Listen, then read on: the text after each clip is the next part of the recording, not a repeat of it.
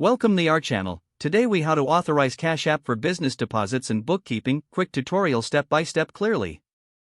To authorize Cash App for business deposits, start by opening the Cash App on your device. Log into your Cash App account using your email, phone number, or Cash App ID. Once logged in, tap on your profile icon located in the top right corner. Scroll down and select the business option to set up your account for business use. Next, you'll need to choose a unique business name that represents your brand. Enter your business name and ensure it complies with Cash App's guidelines. After naming your business, input the email address that will be associated with business communications.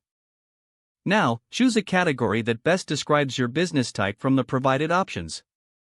Once your category is selected, review the information and tap Continue to proceed.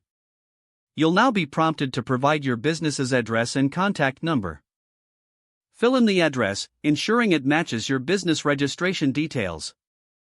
Next, provide a tax identification number or your social security number if applicable. Review all information for accuracy before confirming your details. Once confirmed, tap Done to complete the setup process for your business account. Your Cash App is now authorized for business deposits, enabling quicker transactions. To set up bookkeeping, navigate to the Settings menu by tapping the profile icon again. Scroll to find the Business Accounts section and select it. Here, you can sync your Cash App with accounting software for easy bookkeeping. Follow the prompts to connect your preferred accounting tool.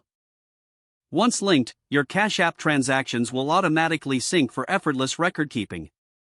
Congratulations, your Cash App is now fully set up for business deposits and bookkeeping. If the page does not load, refresh the browser or try again in a private or incognito window. Make sure you are using the correct email address, then retype it carefully to avoid small typos. If your password is not accepted, use the reset option and create a new strong password you can remember. Check your spam folder for verification or security emails, then complete any requested confirmation steps.